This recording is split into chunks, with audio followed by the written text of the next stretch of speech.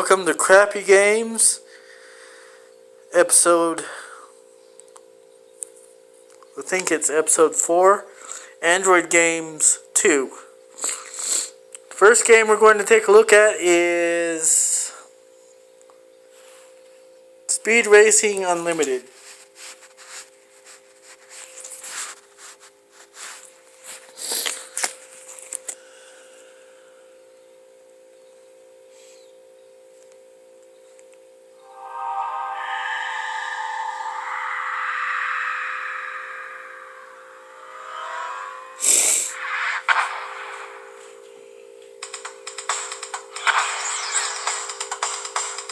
Oh wow.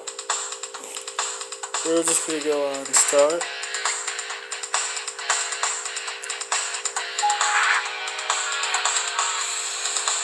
I made it to stage 2.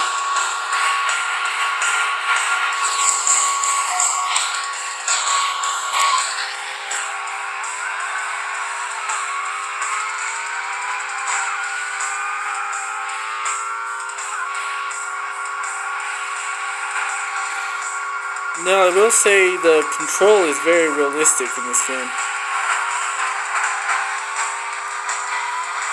The controls are very sensitive and very responsive. This game is very fun to play. It can get a little bit tedious and repetitive at times, but other than that, I recommend it.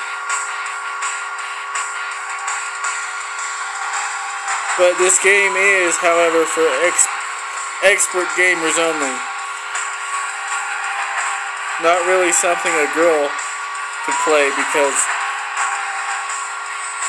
you have to be an expert at things like you have to have played things like Need for Speed before, and you actually have to be good at it. I mean, you have to be able to win races by actually, driving well.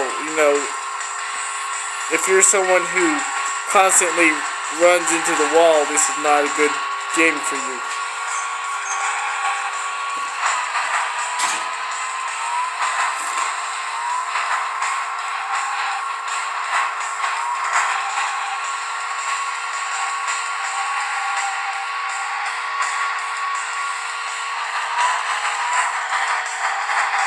Well, enough of this. Next up is Jack and Jill.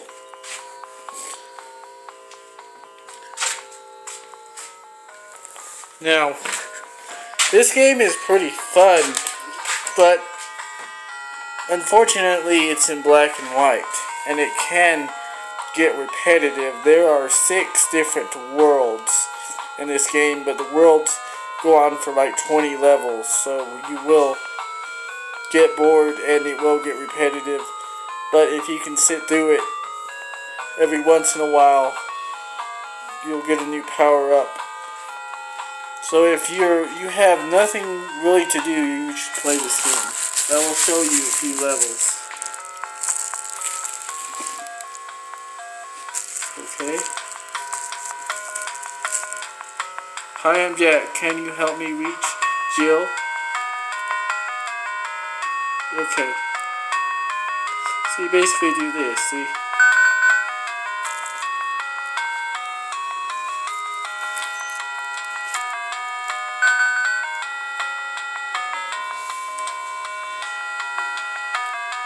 Yes, you can tap while he's running to jump.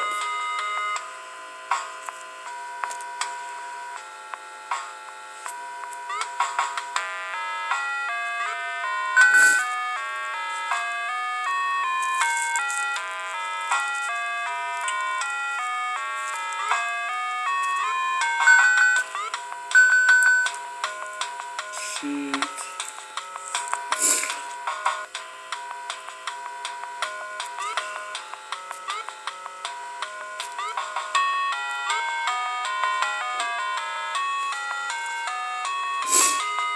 Watch out for the pits. Okay, gotcha. Shit. Now, normally, this game is meant for a phone, so it's a little harder to play on a tablet because a tablet isn't designed to respond to, you know, continuously tapping like the, Android phone is, because Androids have acoustic screens which work off of sound waves or sound, resistance. It's basically, you look up acoustic touchscreen and then that will explain any questions you have about that. But anyway, that means that when you have something like a tablet, something that's like an unnormally large,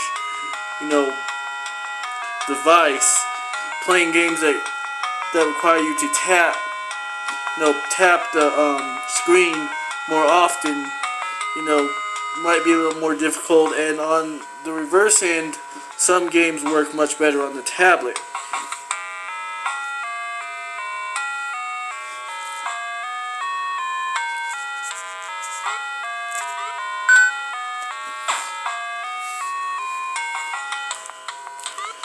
Now, this game, of course, can be played on any Android device. It's a very simple game that it's not very... You don't need, a dual core or gigahertz processor. Any Android phone can play this game, basically. But this is enough of this.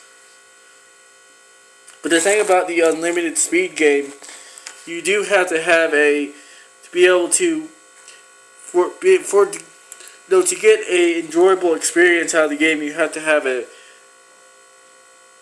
phone with a dual core and a gigahertz processor. Well, there's one more game to show you guys, and that's Jungle Adventure. Yes.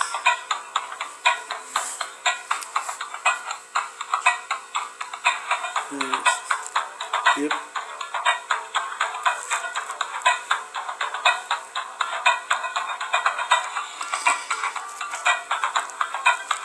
Spider, bird, spider.